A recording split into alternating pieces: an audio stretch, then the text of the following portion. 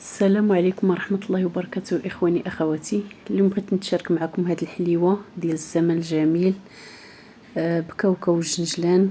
كتجي هشيشة محمرة بنينة الصراحة، كنتمنى تجربوها وتنال إعجابكم. ندوزو للطريقة والمقادير. هنايا عندي 4 ديال الزبدة، زدت عليها كاس سنيدة، هذا الكاس الثاني. غادي نخلطهم مزيان. الزبده تكون بحراره المطبخ، زبده مارغرين انا هنا دايره اللذه. غنخلطها هي وسنيده مزيان. بسم الله.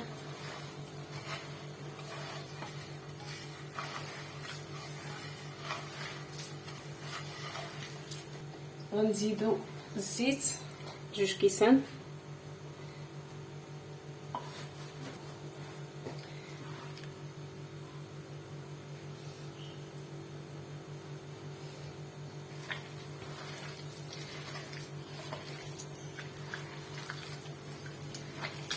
غنخلطوا هذا الخليط مزيان تيندمج مع بعضياته.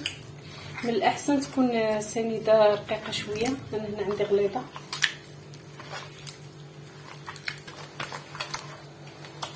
نحاولوا نخدموا مزيان هاد الزبده مع الزيت والسكر، تتولي واحد الخليط منسجم مع بعضياته مزيان. الطب كيجي بحال المايونيز.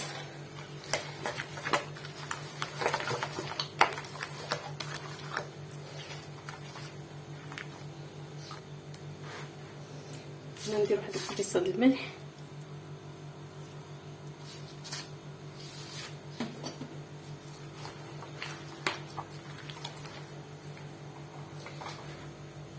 هنايا عندي 4 ديال الكاوكاو محمر ومطحون.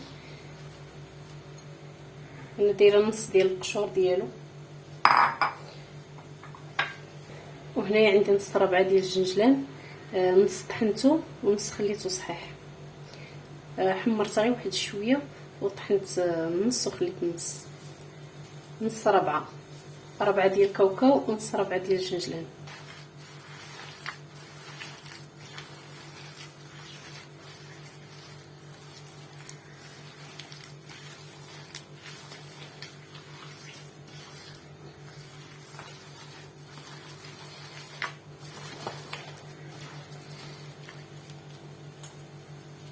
نزيد ساشيه ديال الخميره كيماويه، هذه ديال 8 غرام اولا 7 غرام بحال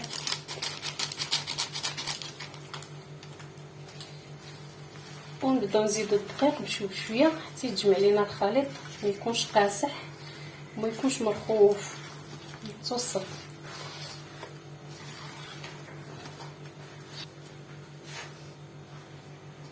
الدقيق بطبيعه الحال مغربل.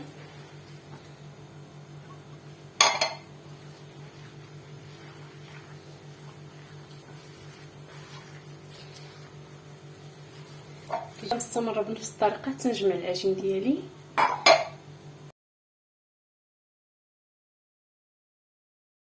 ديالنا من بعد ما جمعته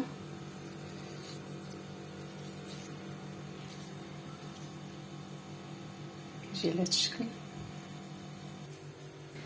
انايا كناخذ واحد القيس ديال العجين، كنشكلو على شكل هلاليات. نتوما الا بغيتو ديروه بداك الطابع ديال الشميشه ممكن ديروه، وبالنسبه للحلوه ممكن تكبروها ولا تصغروها، نتوما كيبقى داكشي على حسب الاختيار ديالكم. المهم انها كتزاد شويه كتنفخ شويه في الفران، ديروا بحسابه. نبقى مستمره دابا كنقاد هاد الهلاليات ديالي ونكمل ونرجع معكم. هذه هي الحلوه ديالنا من بعد ما كملتها، قديتها على شكل هلال. هذه هي الكميه اللي عطات لينا.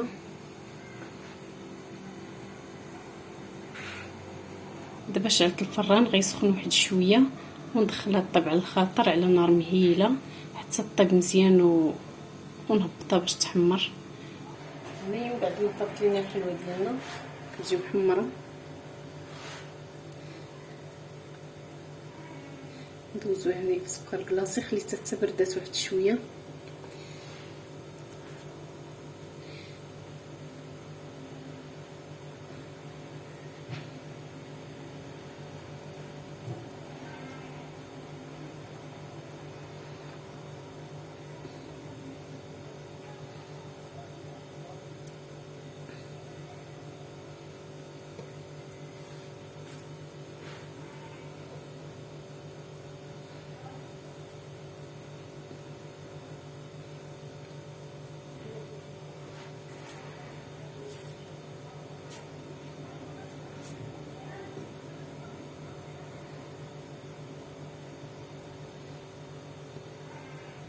هذا هو اللون ديال التحمار ديالها. نقربها باش تبان شويه، نكمل ونرجع معكم. وهذا هو الشكل النهائي ديال الحليوات ديالنا، كيجيو على هذا الشكل. كنتمنى تجربوهم وينالوا اعجابكم بالصحه والراحه.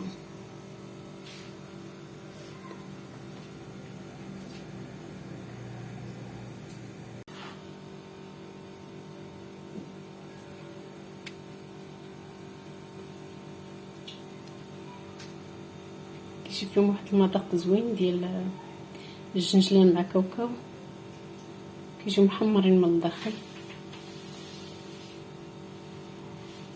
الصحه والراحه.